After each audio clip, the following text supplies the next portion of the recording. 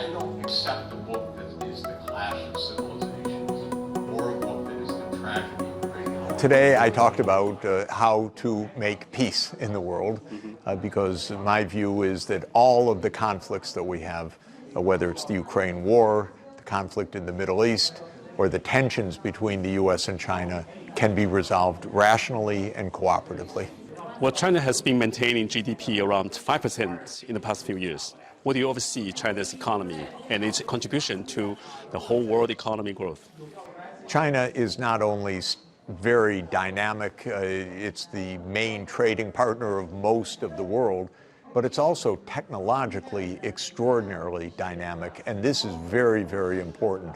Whether it's AI and DeepSeek, of course, we all know about that in the world, but also China is now the leader by far of electric vehicles. China is going to be the leader of the new robotics generation, the humanoid robots that are coming. China is the leader of renewable energy technologies. China is the leader in fourth generation nuclear power. The point is, these are the technologies that are needed all over the world for the green transformation, for climate safety, and for the digital transformation. So in my view, China's playing a role not only as a world major economy, of course, but also as a technological leader. What do you foresee for going on trade war, right, tariff war? Do you think that harms global growth? That harms both bilateral relationship between, U.S. to Canada, U.S. to Mexico, particularly U.S. to China? What do you foresee the effect of this trade war? I think, unfortunately, Trump believes in protectionism. I don't. I'm an economist. I believe in open trade, open markets, mutual gain. I believe that the U.S.-China trade over the last 40 years has been hugely beneficial, both for China and the United States. But I do believe that Trump is a protectionist and he's likely to pursue this course. What does it mean for China? It means that the rest of the world, China and the rest of the world, should say, okay, if the U.S. wants to be protectionist and isolate itself, that's one thing, but we are going to continue our open trade policy.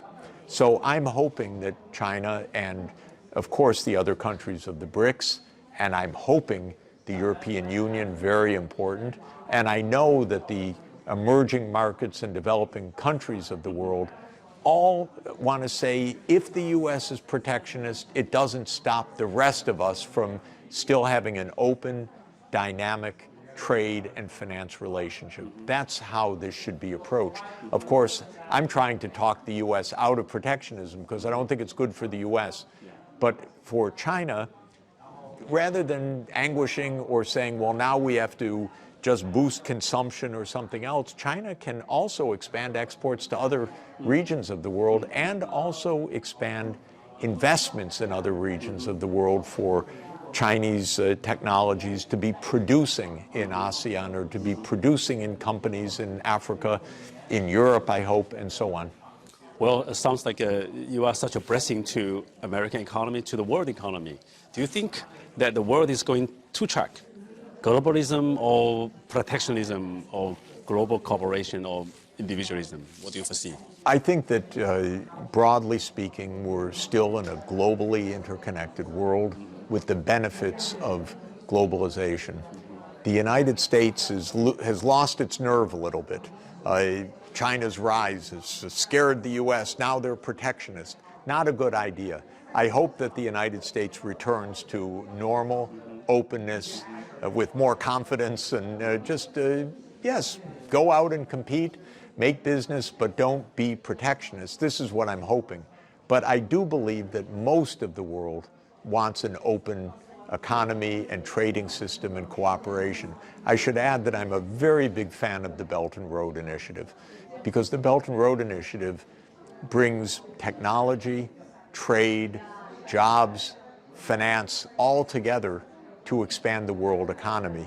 And so I think what China is leading with the Belt and Road Initiative is extremely important for the world, but also excellent for China in building those strong economic relations with the rest of the world. Yeah, talking about Belt and Road Initiative, Are you optimistic about Belt and Road Initiative for the next 4 years? Or what is your, I'd say go for it and expand it. My one little piece of advice is for the poorer countries, I hope China makes the loans longer term.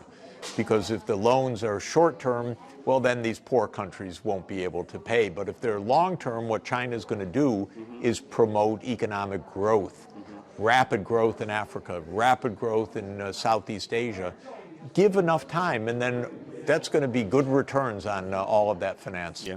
Historically, the Chinese has been acting as peacemaker and the business merchandiser, right, across the Silk Road, right?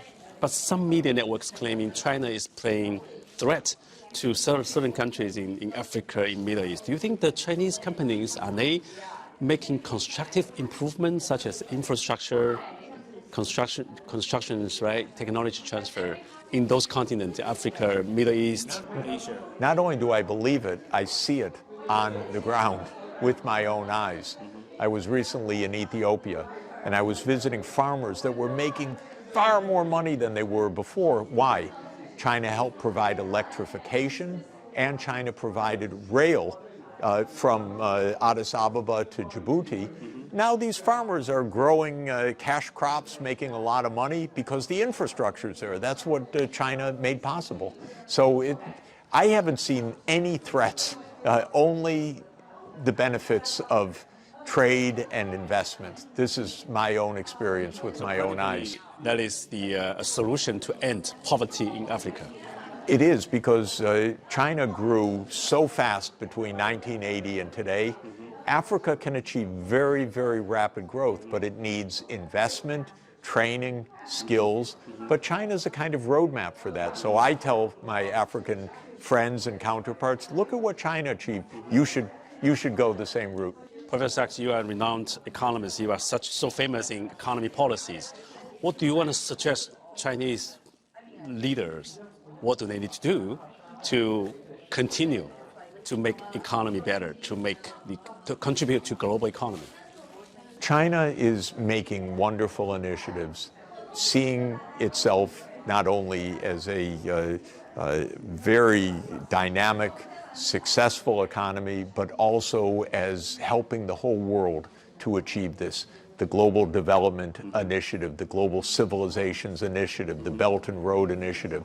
So I encourage China to continue to play that role, inspiring the whole world, partnering with the world, trading with the world, investing in the world, and keeping this very distinctive, high innovation economy, and helping to lead also the ecological transformation that the whole world needs, because China's building the technologies for the ecological transformation as well. Very important. Well, last two questions. Since you mentioned about Chinese economy, but there are millions of Chinese entrepreneur, manufacturer, owner, right?